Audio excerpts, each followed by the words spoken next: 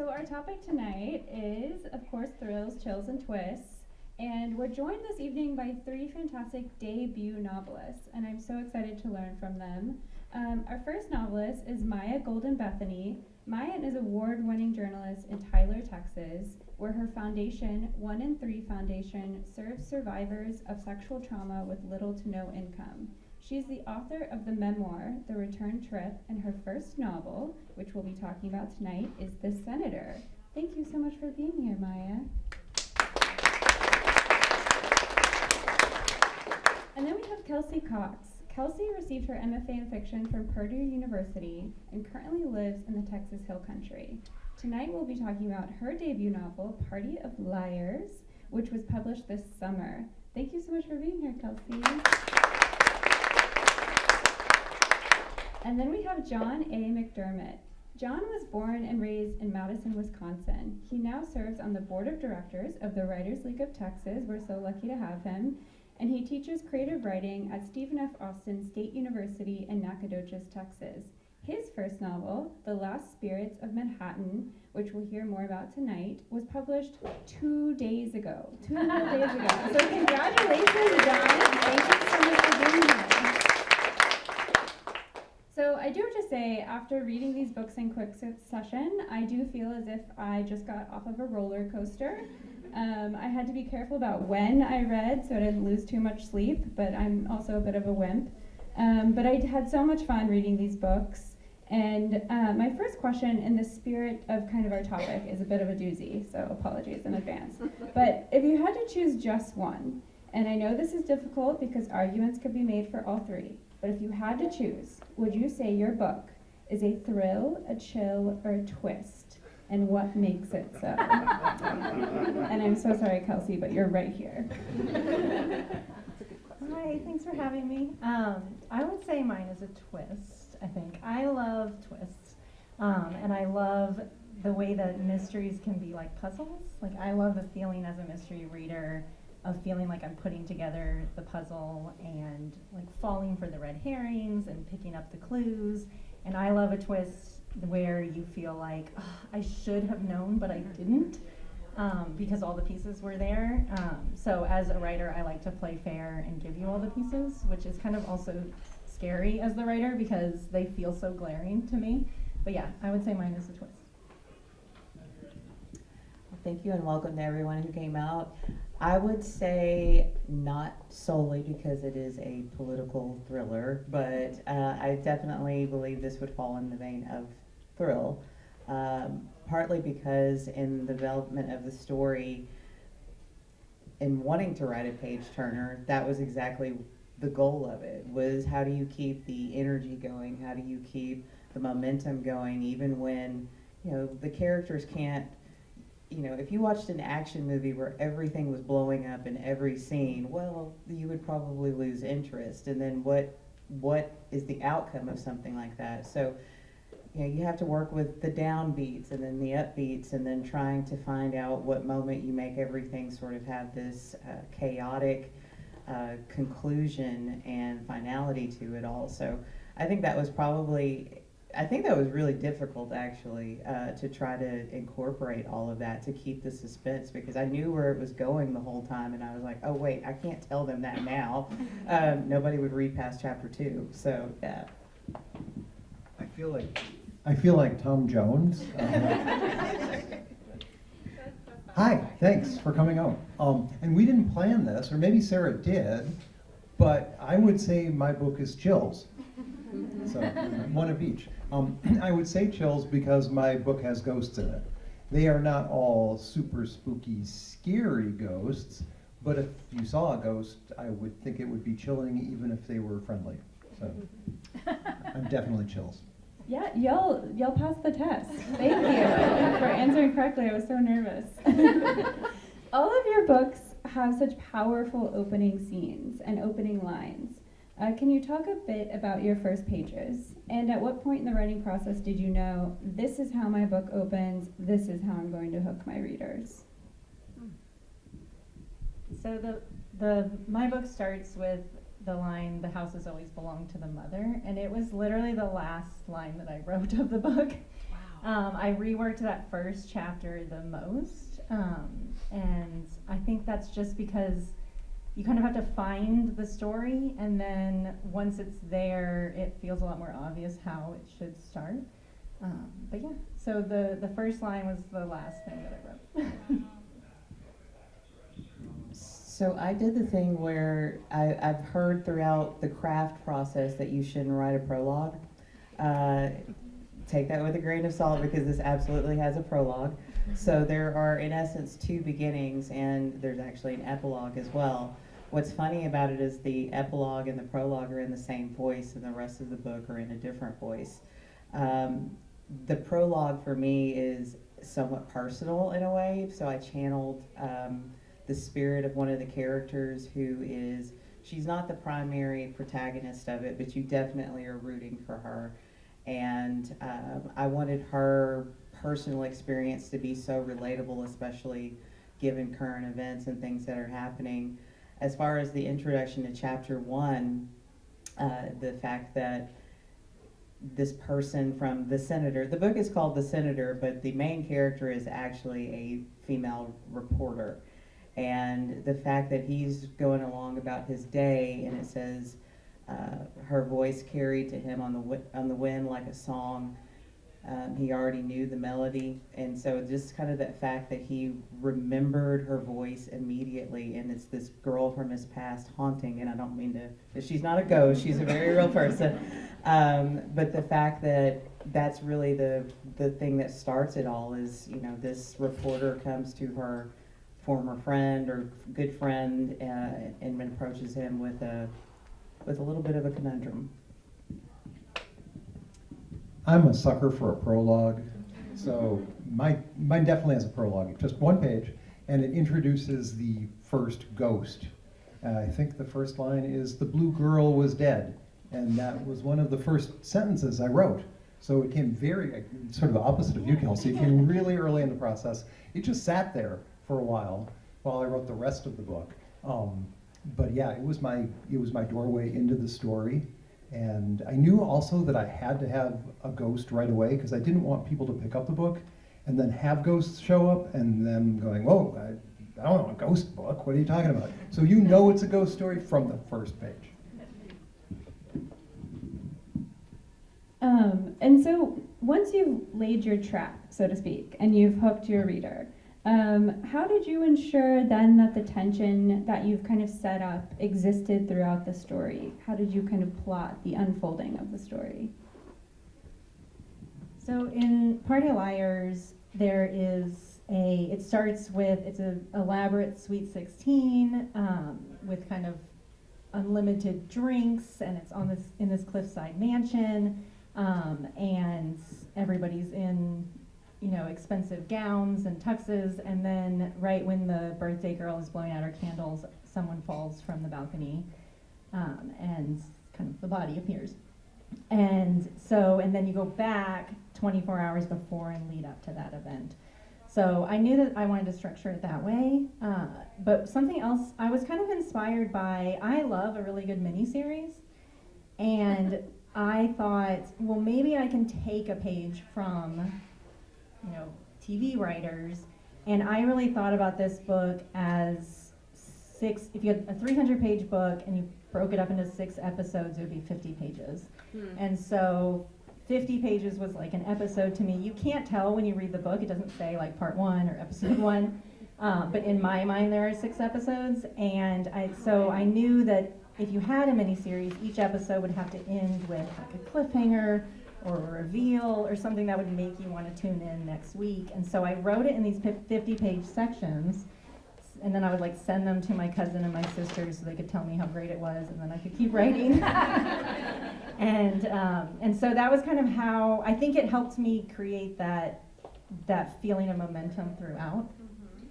So that was what I tried to do it with the book too, and it didn't work as well, but that was the technique that I tried. Well, to piggyback off of what Kelsey just said, I also thought in terms of cinema when I was working on The Senator. Part of that, I am a child of the 80s, grew up in the 90s, and so I grew up during a time period when John Grisham was everything and everywhere. Every book John Grisham ever wrote became a film. And so at the time when I was working on this, and I was hearing things like political thrillers weren't popular, so I really wanted to visualize something that, again, would keep the reader tuning in the same way. And this was also, I would say that Shonda Rhimes in the TV series Scandal was also a big influence, because I was addicted to that show. And so sort of that same thing, you've got these major players and you have this situation, and even though, and I don't want to say too much about the book, but even though it might seem like there's a resolution to everything and it might seem like things are tied up, it's really not. And so that was important for me, that the reader maybe feels like, oh, well, yay, and then, oh, well, and I actually got a very angry call from my mother asking me why I did that to my characters. So I felt like that was a really good endorsement of where I left things off at. So my book is about a party that Alfred Hitchcock threw in my great-great-aunt's house in Manhattan in 1956.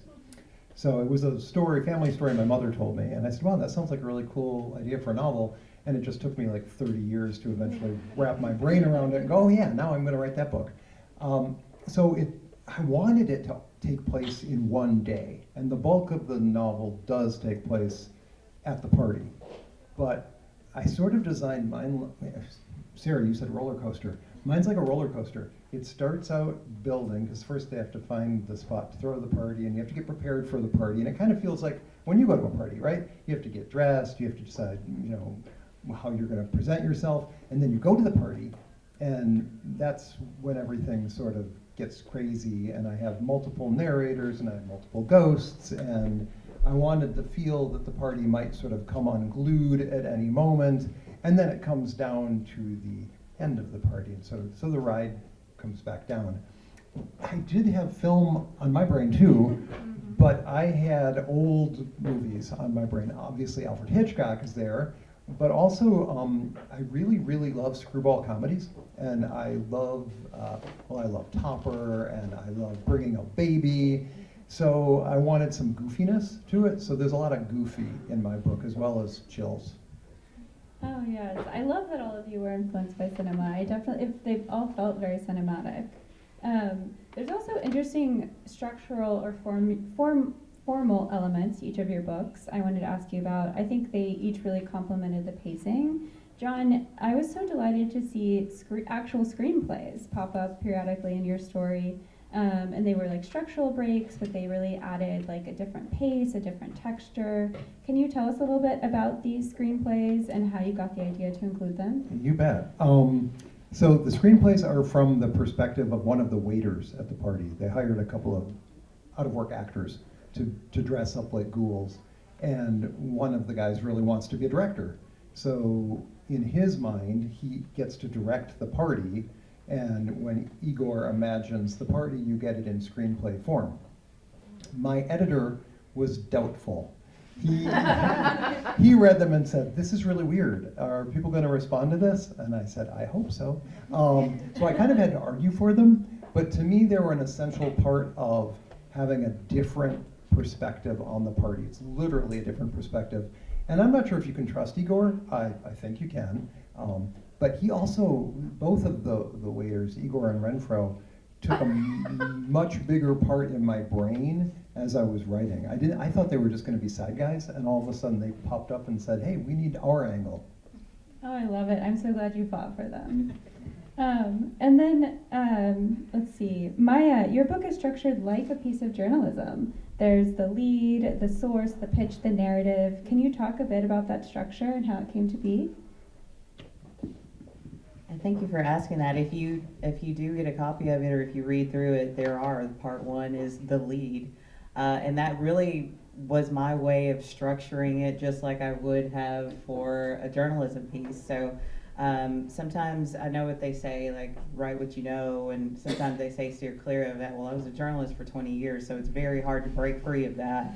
But I really did think of that in each part of the lead. What is the lead of the story? What's going to hook the reader into this story?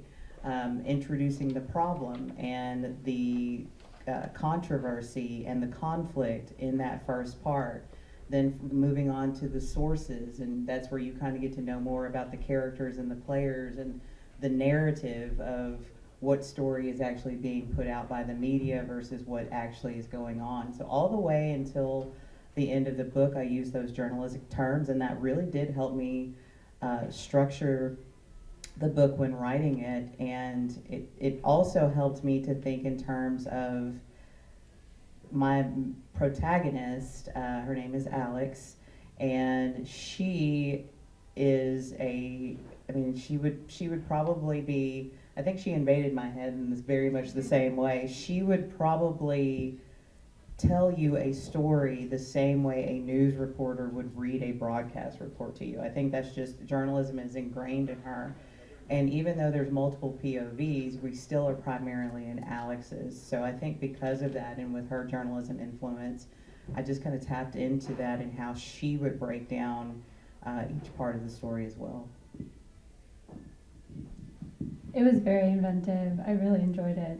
And Kelsey, while your book is largely, kind of unfolding that 24 hours, there are periodic jumps forward in time, which are labeled the after, as in after the body falls from the balcony. Can you talk a bit about these forward glimpses and how they worked in the story, how you decided to use them? Yeah, they were kind of the hardest part, actually. They were the ones that I reworked the most during revision. But I knew that I wanted to have them because I knew that the bulk of what I wanted to write about, the reason why I was kind of drawn to this structure of fast forwarding the beginning to a body falling and then rewinding, was that the reason that this mystery exists is so much of what the characters are bringing to the party. So much that has happened to them in the past.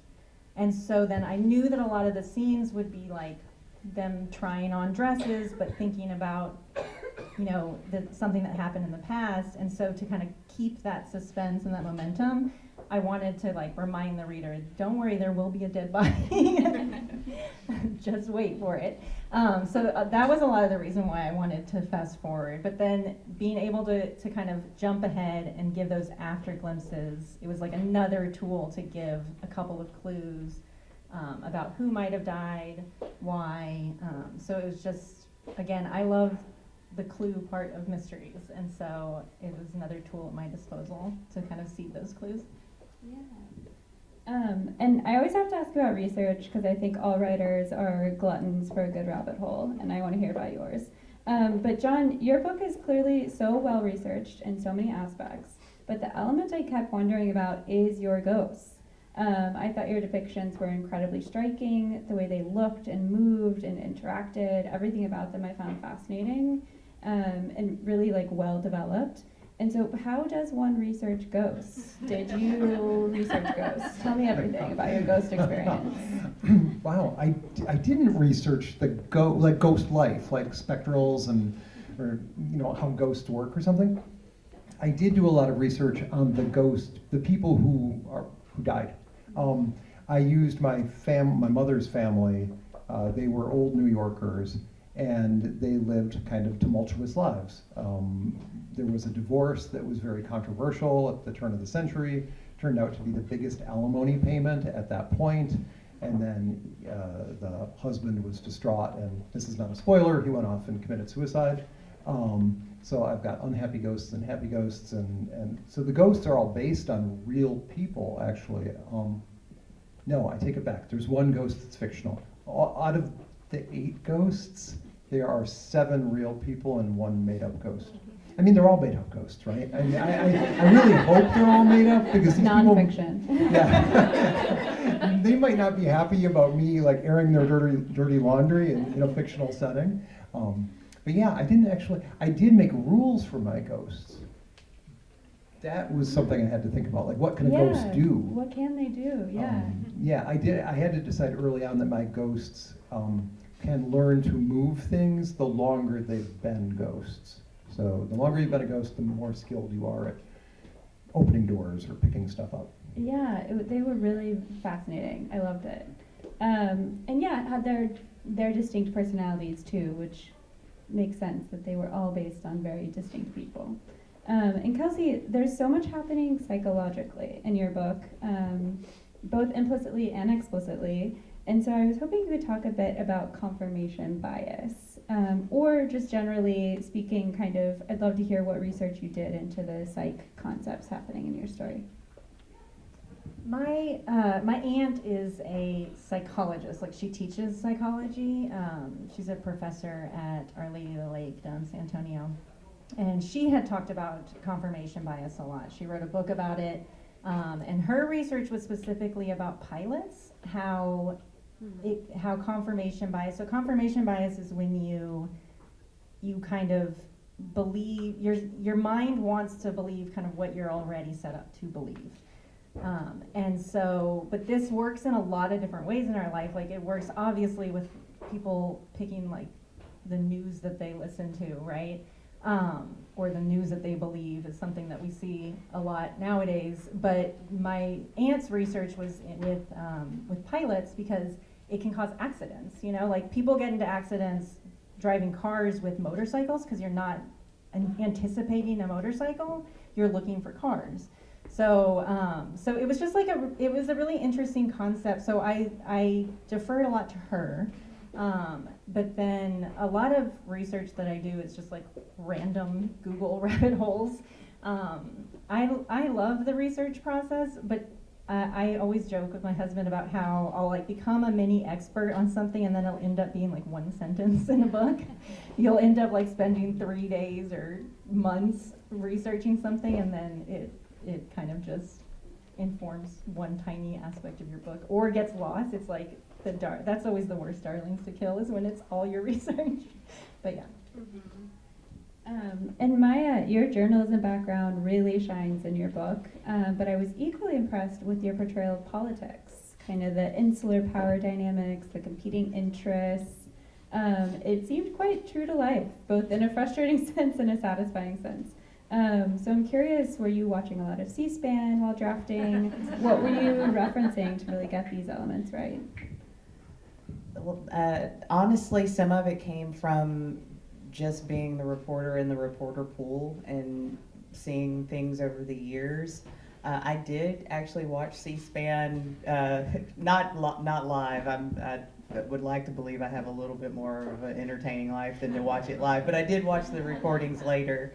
I actually watched, for some inspiration, some clips from The West Wing, which I know is fictional, but at the same time, there's that tension. Mm-hmm. And so just knowing a little bit about politicians and how they are behind the scenes, and then the forward-facing person, and then how they are behind closed doors, I tried to incorporate as much of that as I could.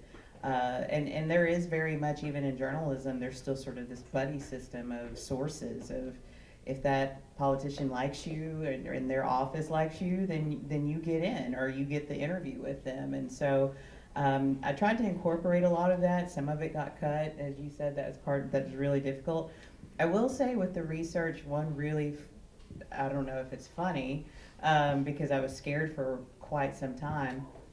I was in the process of finishing my memoir, and The Senator was really the book that I was wanting to put out first, but as it would work out, the memoir came out. So this was what I was editing and working on when I was trying not to think about my life with the memoir. Well, wouldn't you know, that would have been around, I would say, 2021, right after Christmas of 2020, when we were all in lockdown, still recovering from COVID. So I was looking up things like, where are the offices of U.S. senators housed? What buildings are the offices of U.S. What is the layout of the floor plan of the Senate chamber? No. What pictures, what frescoes, where do senators and congresspeople park? And wouldn't you know, in January, something happened, and I just started looking outside for white vans or even to be parked outside of my house. I really did have to change. I started making my search history to writing about Congress, to add that to Google, because I just thought it might come back to haunt me. So I did ask my publisher at the time. I said, hey, do we have any type of, I don't know, bail type of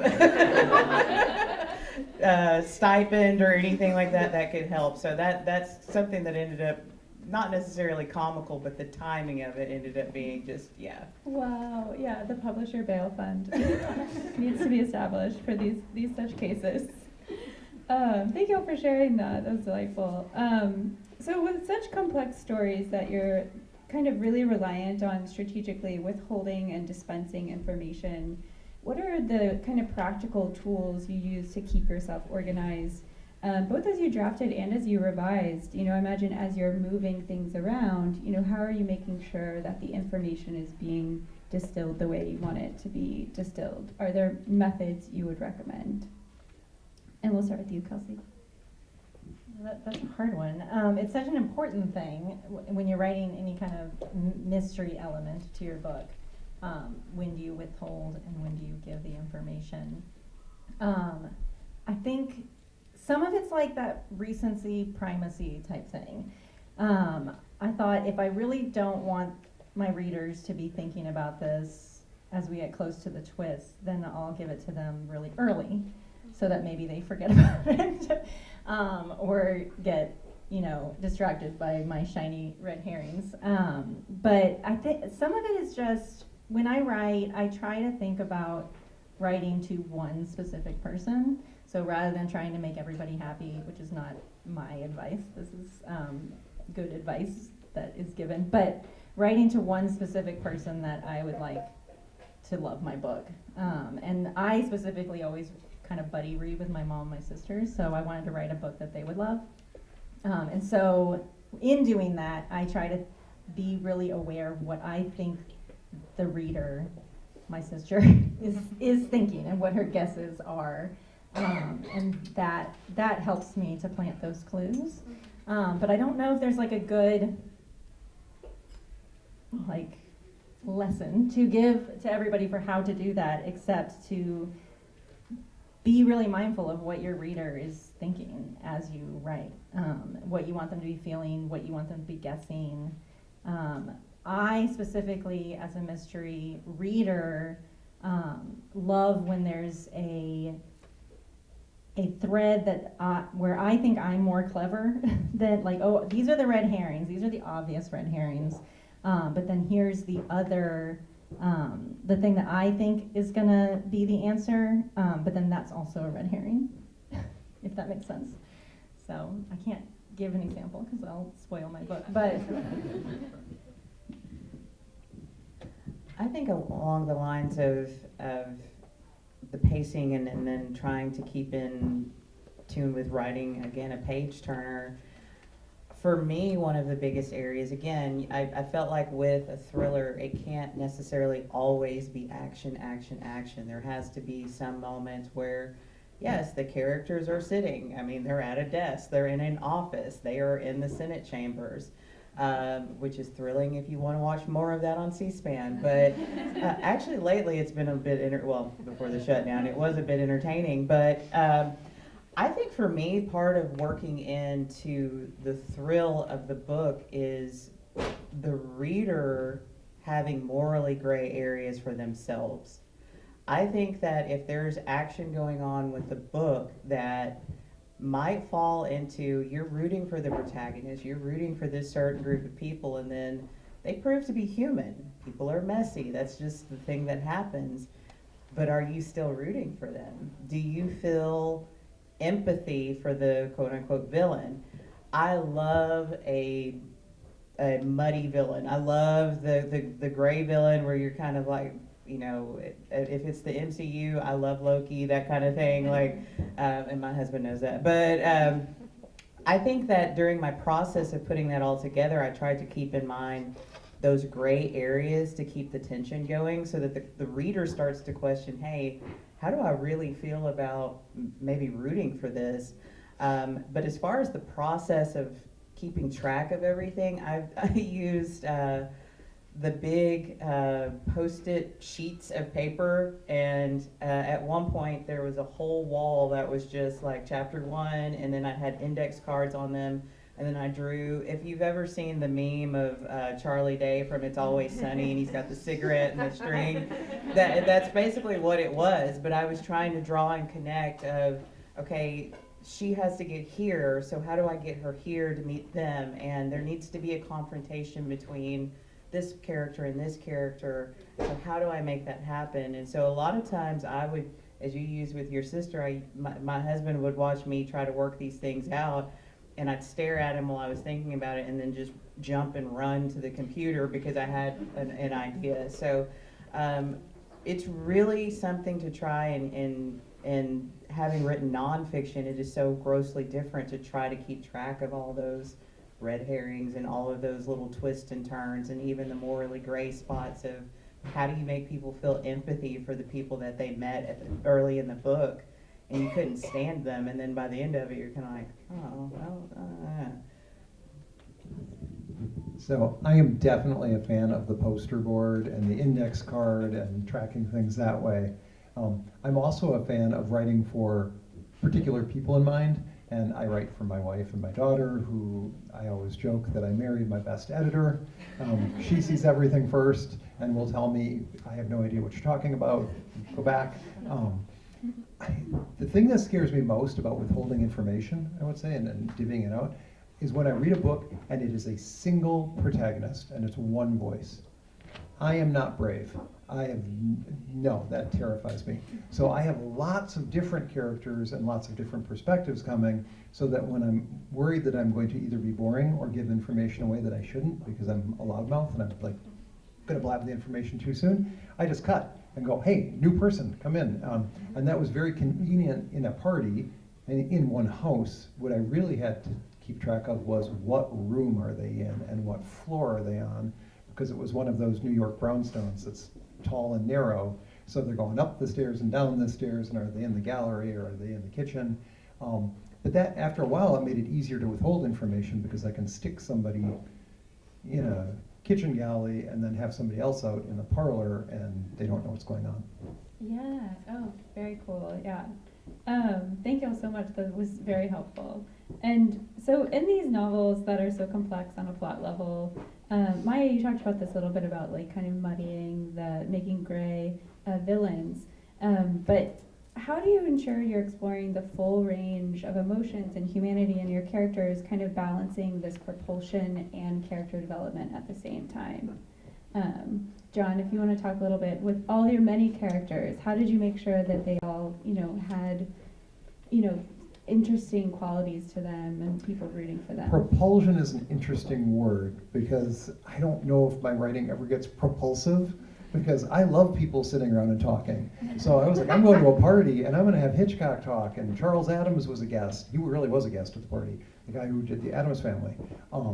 And Henry Fonda was an actual guest at the party. So I did a bunch of research on these people and then tried to mimic them. And so my first draft is just people talking. So anchoring character was done in research, but propulsion and getting them to do things was a little bit different. And that's where the ghosts were handy. And I tried to be funny, and I think that's a kind of action. I'm not good with people shooting each other or bombs blowing up or stuff like that. So I guess my action is, what the complaint about Henry James, the tragedy of the broken teacup or something like that. Mine might be the tragedy of the spilled drink sometime in the party, but of course how people respond to that can be propulsive. Yeah, I think ghost showing up is action. Yeah. Kelsey, what about you? So I think when it comes to character, like how do we create these characters that feel like real people, I guess? Is that kind of what? Yeah. I think one thing that I realized, so this is my first book that got published, but it wasn't the first book that I wrote. And something that I realized in my previous books that did not get published is that the main character would be the most boring character. And that my side characters were always a lot more interesting. And for me, I don't know if this is good writing advice for everybody, but for me, it was because the side characters always started as like caricatures of people. They started as just something that I needed for the story, like a nosy neighbor or, you know, an agoraphobic old lady or something like that. And then as I wrote them, they would gain complexity because I would start to question, like, well, why are they this way? And I would start to think about what could have made them this way. And then even if you, like you said, I love morally gray characters. I love muddy everybody. And so I love in a book when I think that I despise a character and then later I at least feel empathy for them. Because I think in most people's heads, their actions make sense to them. And that's something that I'm really interested in when I write. And so for this book, I started all of my characters as kind of caricatures. And I wrote this book when I had just had 2 babies 14 months apart, and it was the pandemic, because I had my second baby February of 2020. And I like felt this sense of erasure, kind of like I had told my sisters that I was quitting writing and I was giving up. And I was underneath the table cleaning up peas that my kids had spilled, and I had the idea for this book. And one thing that I really wanted to write was about these women that were otherwise kind of erased, or women that might feel erased. And I specifically wanted to write women, like I have a teenager, a 27-year-old, a 43-year-old, and like a 67-year-old.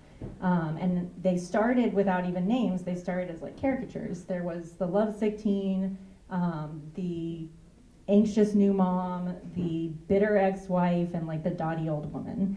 And that was how I thought the world saw them. And then I wanted them to gain complexity from there. That makes sense.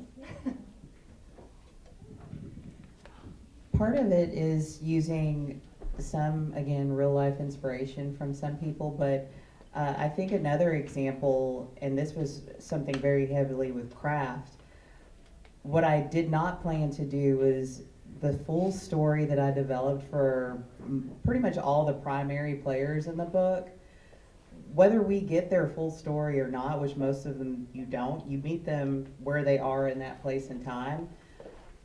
But I knew their full story. So as Kelsey said, I think that there are a lot of people who, even when they're in the wrong, they've convinced themselves that what they're doing is right because they have their reasons, they have their life experiences. So I actually was on a writer's retreat at one point in time. I had finished the first draft of this book.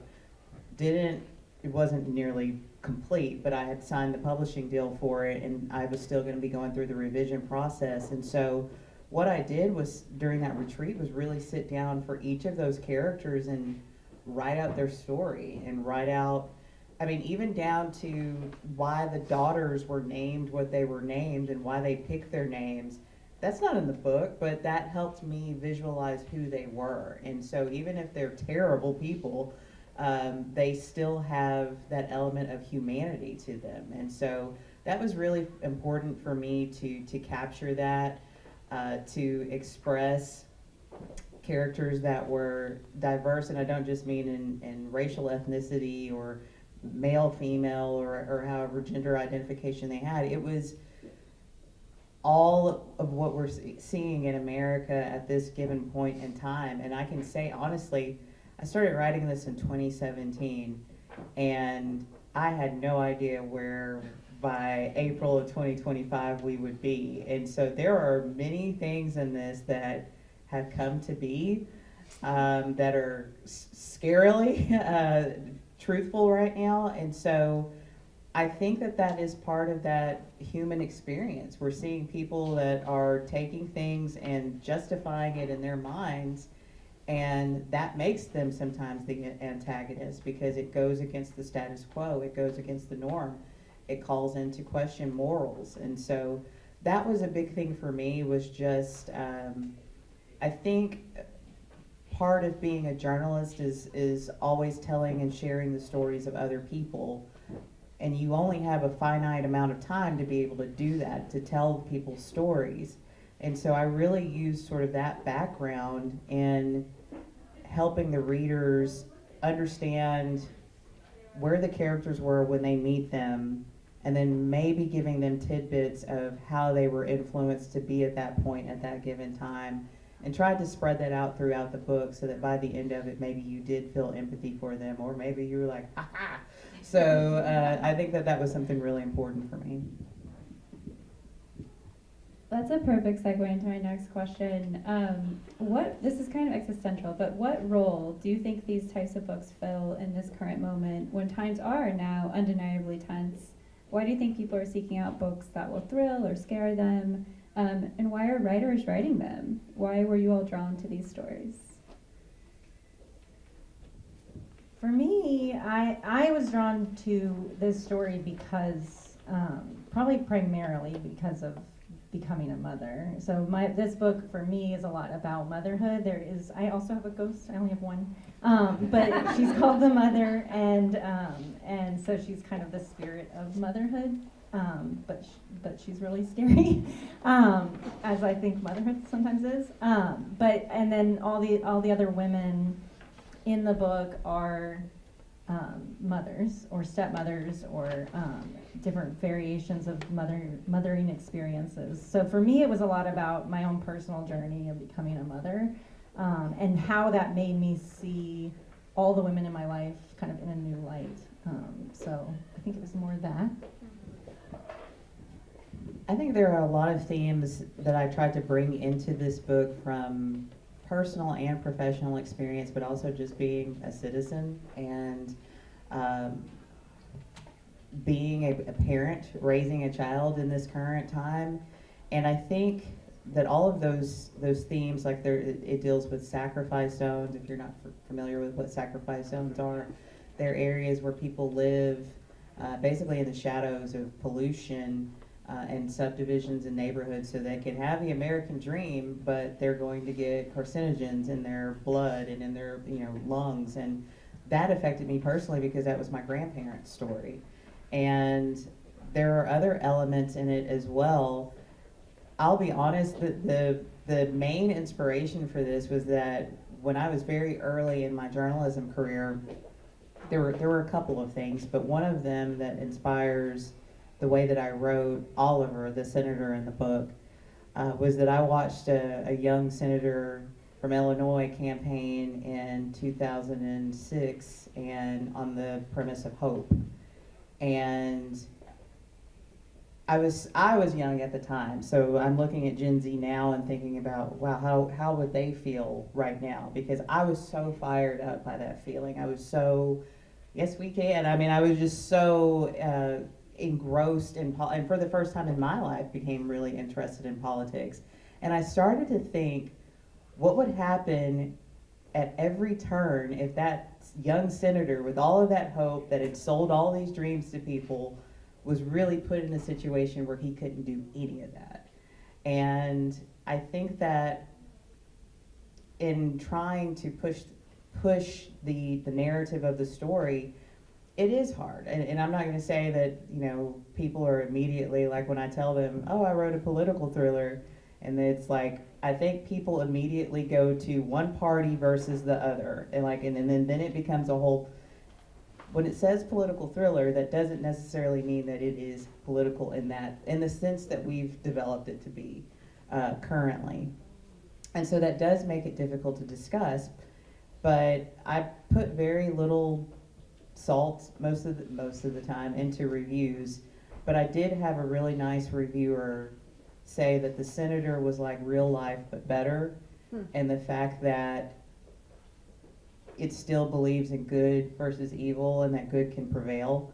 And so that's my hope, is that people can maybe pick this book up, and even though it deals with things that we are seeing, what if that outcome is positive? What happens when people really speak up and stand up and fight back? And so that's my hope. And I know, again, it can be hard to want to pick up a book about anything political right now, but I definitely understand the hesitation with some readers to do so. But I think if you're looking for something, again, that goes back to those themes, and you still believe in free speech, if you still believe in freedom of the press, things like that, then this book will resonate. My book started very personal. I'm like Kelsey in the sense that I had written many manuscripts before that didn't get off the ground. But this one, my mother lived in the house, the same house that I grew up in for over 50 years. And we had to move her into assisted living in 2017. And leaving that house was a really tremendous, I'm the youngest of 5, and it was in Madison, and we had to go up and we had to, clean it out and move her out. And I was in the house when it was entirely empty. And I thought, wow, there are a lot of ghosts in here, there's a lot of love in here, and there's a lot of grief. And then I started working on the book around COVID time, and I knew I wanted to tell a funny, scary story about the party, but then my mom passed away in 2022. And my wife always says everything I write is a love letter. And whether I write a lot of poems too, I write love letters to Charlie Parker, and I write love letters to rock and roll singers. So I guess this is a love letter in a lot of ways to grief and to missing things and to family. But it's also, I'm an incurably hopeful person. I believe in hope too. So it's also about starting fresh and starting over. And the one thing, it's set in the past, but I didn't want it to feel nostalgic. And it's a funny word because nostalgia is such a good thing and a bad thing, right? Nostalgia is a trap, and it also sugarcoats things. So I knew I didn't want it to just be that either. So that was my long journey. They're all such powerful books, full of hope, love, intrigue, all of the above. My last question is, you've talked a little bit about your journeys to publication. As debut novelists, what advice do you have for other writers in the audience here who are maybe working on their first novel, whether it's a thrill, chill, twist, or otherwise? Just keep going. Just keep writing all the time. And if you do that, I think you will eventually get there. And that's really the only thing you can do is keep reading and keep writing. I think getting input from people that you trust, and I think everyone needs the beta reader that's the cheerleader, the person that is going to hype you up and tell you it's amazing even if it reads like complete gibberish. Then you need the beta reader that's a little more analytical, and then you need the person that forces you into tears. They are all necessary, but I think during your writing process, that's what makes it stronger. And it is querying is so hard, and querying can be so disillusioning. Having done it on both the novel side and having done it on the memoir side, I remember with the memoir, everybody kept saying, well, don't take it personal. It's like, this is my story. It's super personal, And so I think going into it with a novel, it was a bit different because I could detach much more from it and say that they're still my babies. But it was still this feeling of, okay, well, I can make this stronger. What can I do? And the people that I had that read it and gave me the input that I needed to strengthen it, and I was asking them, where is it weak? Where does it need to be stronger? And getting that input. And I also invested into, before I started sending it out, an editor. And so I think that making sure that it was polished, that it was clean, that things were clarified, was also something that was extremely helpful during the querying process, because we can look at our work a gazillion times and believe me, our eyes will glaze over. I know that at one point in time somebody I shouldn't say this, but somebody asked me, was like, oh my gosh, in chapter 5 and I said, wait, what was chapter 5? And like I had to, and she said, you don't know? And I said, I haven't touched that book since it came out. And it's not a negative, but it was like you have put so much time and so much soul and so much energy into it. For a little while, I needed to not touch it. So I think that's probably the best advice that I can give is just as you're going through the process, get the input from people that you trust. I don't believe in sharing your work with everybody because there are people who will give you negativity just to give you negativity. So make sure that you have a balance of people. Editors are invaluable in helping you as well to clarify, make corrections on spelling, anything. The more polished that manuscript can be as you're querying it, the better. And also make sure the agents that you're sending it to or the independent publishers that you're looking at, make sure they're the right fit for you. Because, you know, John was telling us a story earlier about an agent. I won't tell your story, but a story about an agent earlier. And so if they're not rocking with that type of story, then they're not going to be the person to hype it up when it's time to go out into the world. As soon as I said, well, I was inspired by Scandal, like her eyes went this big and she was like, give it to me. So that's the kind of energy that I wanted. And so just keep looking. And I know it's very discouraging. There is no magic bullet. Sorry, that's another political term. There is no one size fits all for it. But just try to put the best product that you can out there. I wholeheartedly endorse everything they both said. Just keep going, read, don't be discouraged, get beta readers. But I'm going to tell you a story that here's my pitch for the WLT. I do think you need community. I do think you need people who are going to support you, and it's great to take the classes and just meet other writers who are in the same boat. And then, of course, there's the opportunity to meet agents. So the first time I did that was a few years ago in an in-person agents and editors conference here in Austin, in a hotel conference room. It was an awesome experience. I learned so much about writing query letters and the whole shebang. But I was sitting across from the agent, and I got to the part of my pitch where I said, ghosts. And she said, I don't do ghosts. It just stopped my query 30 seconds into it. And I laughed. My response was just like, great, okay. So we chatted. And that was really helpful, actually, to know who's interested in what you do. I'm going to do ghosts. You know, she doesn't do ghosts. That's cool. There's room for everybody, right? And then the next time they had the conference, I got to do a Zoom call with the agent who does represent me and did sell the book. And it was the same kind of thing where I saw his face light up. He got it right away. He just smiled at me and said, you need to send me that manuscript. He loves New York, he likes ghosts, he likes Alfred Hitchcock. And there's some romance, and he liked romance. So I guess I'm really a big believer in community. I'm a big believer in finding people you can bounce ideas off of and give drafts to. Not everybody. And also, I teach creative writing. I've been doing it for 20 years, and students always come to me and say, do I have what it takes? Am I going to be a success? And I say, nobody can answer that. That's an impossible question. What you need to do is love it.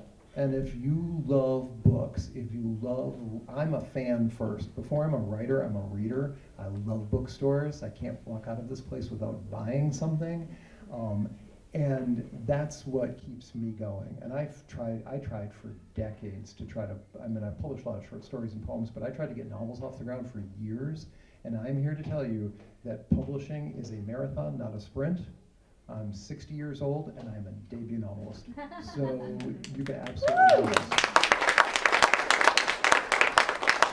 Well, I cannot think of a better note to end on. That's all the time we have. I do imagine that many of you have thoughts or questions you'd like to ask our panelists, so they will be sticking around to chat with you and to sign your books. So please do grab a copy or 3, and stick around and meet our panelists and ask them more about their process and But I do want to say a huge, huge thank you to Maya, Kelsey, and John. Thank you so much for joining us. Thank you so much for sharing about your writing process. Let's hear it for these folks.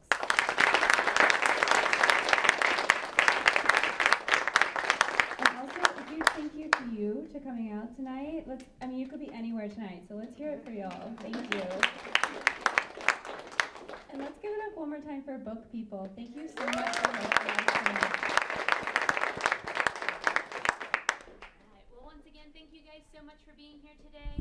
I'm going to ask that you just sit tight for a second while we get the table cleared and set up the signing line. If you do need to go grab a copy